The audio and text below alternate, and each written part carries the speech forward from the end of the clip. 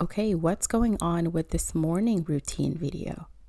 We need to talk about it. So I'm bringing back the interneting series. We're going to take a break today from the World versus God series that I was doing last Monday. Don't worry, it will be back next Monday.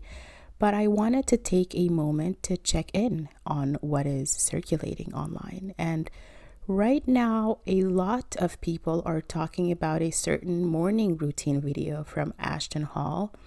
I will be honest, before this, I had never heard of him or seen him, but suddenly his video is everywhere, and I mean everywhere. It's making waves, and so I'm getting curious. As always, I want to talk about not only what the thing is, right? What the internet is interneting about, but also what we can learn from it and take away from it. So stay with me, hear me out. It's just a thought.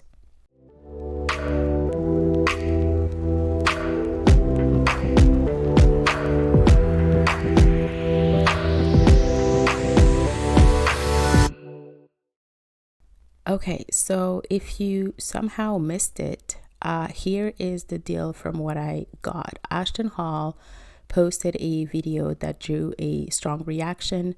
I understand that he used to be in sports. This is a very lame presentation, but it's because it's not the focus of this channel. I understand that he used to be in sports, but he's also making, influencer type videos about his life and routines. And this video is everywhere. There are parodies of it. There are so many tweets, so many articles. If you were to, I'm just going to actually read you some of the headlines just from the last, I would say, 24 hours, the last day. The New York Times writes, Ashton Hall's unconventional morning routine has drawn nearly 1 billion views, 1 billion. GQ wrote, ranking the wildest moments from that viral morning routine. That's yesterday. The Daily Mail writes, Ashton Hall's underwhelming college football stats resurface. Oh yeah, he was in football. After he is trolled online. The Business Insider writes, fitness influencer Ashton Hall's morning routine went viral. The Express Tribute talks about the water that he uses in his video. The Rolling Stone makes fun of his ice facials and banana peels, calling it an absurd morning routine. People.com, The Independent, Sports Illustrated, like everybody is talking about this. My question is why, but also now that I have started look into it, I do notice a pattern that I want to talk about. And so again, if you have missed it, check it out or don't, but it is making waves. There's jokes, there's memes, there's parodies, there's everything about it. And disclaimer, of course, I'm not here to say whether this person is or is not a fraud. I can't comment on the quality of his videos too much. As I've said, I've never heard of him or seen his content before today. So I will say, though, that my intuition, very quickly looking at that one video, and I'm mentioning just one, it's telling me that there is probably a lot of exaggeration for engagement. And that is a broader trend that I've seen with social media. I'm sure you have seen as well. People feeling the need to amplify their stories to get attention. And it makes sense, right? When the internet rewards some engagement, then there's pressure to keep up, and that can lead to a blurred line between what's reality, what is performance, what is real, what is fake. And the truth is, when people sense that that line is being crossed in something that is supposed to be reality, they respond accordingly. And so I want to make a quick, review of what we can learn from it.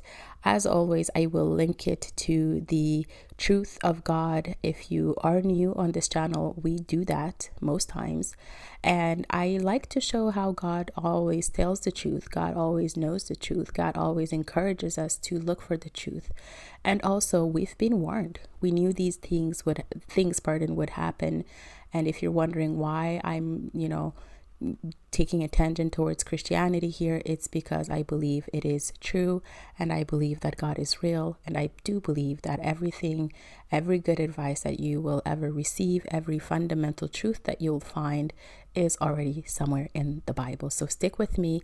I challenge you to that idea, and let's see what comes out of it. All right. So the video. Now, again, if you have missed it, the man wakes up, or says he wakes up on video around 4 a.m. The content of it is him getting ready, plunging his face in cold bottled water. There is a banana peel at some point that goes on his face. There is a plunge in a pool. There is him journaling in a newly opened and newly used book. There's a lot that happens.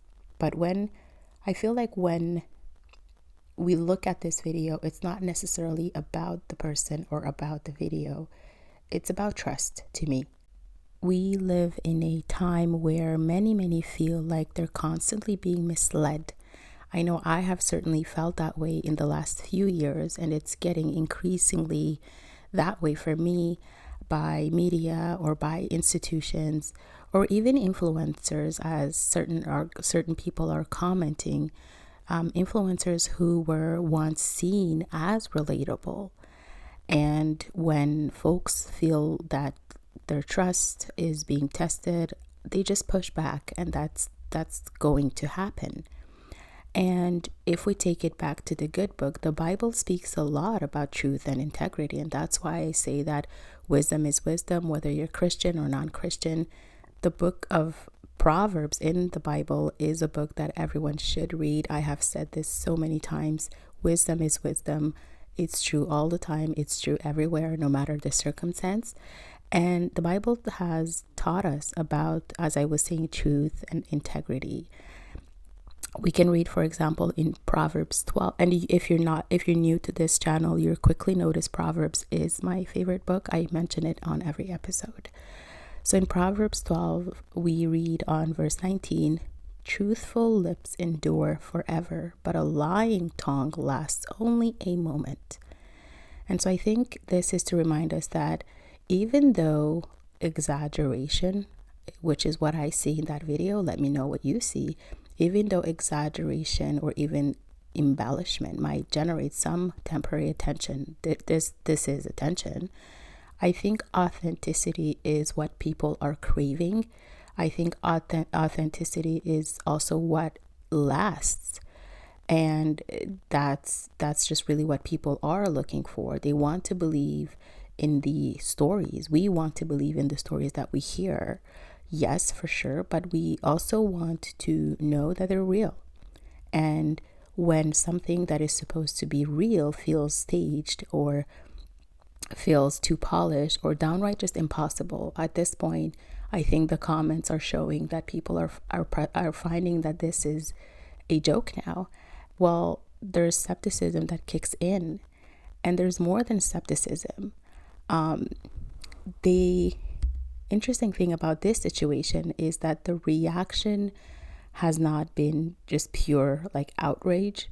It's been humor. There's a lot of humor online, because humor often comes when, I guess, people feel like, we've seen the same pattern way too many times. And when deception happens one time, yeah, people get upset. But when it happens repeatedly, then they get frustrated. But when it becomes more than that, I think when it becomes predictable, then we start laughing. It's almost like a coping mechanism that we have. It's a way of saying, hey, we've seen what's happening here, and we're just not taking this seriously anymore. And again, Proverbs, I'll bring it back to Proverbs. Proverbs 26 teaches us that something like a lying tongue will hate those that it hurts, but a flattering mouth works ruin. And this just means that when people feel manipulated, they just don't lose trust. They distance themselves entirely. It works ruin. And so I want to look at the bigger picture. Of course, let me know what you think about this whole situation. Maybe you have heard about this video. Maybe you have not. Maybe you know the person behind it, Ashton Hall. Maybe you don't.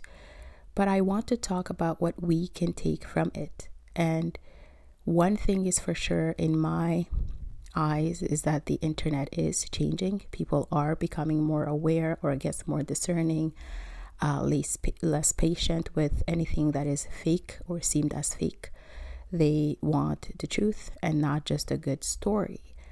And I think this also applies outside of the interneting. I think this also applies outside of social media. It's just a reminder for all of us to ask, are we building our worlds, our influence, and our relationships on truth? Because what it signals to me, truth has lasting power, right? But exaggeration and deception, or at least perceived exaggeration and deception, eventually collapses under their own weight. And at the end of the day, we can appreciate a compelling story, but the things that we value most is authenticity and real.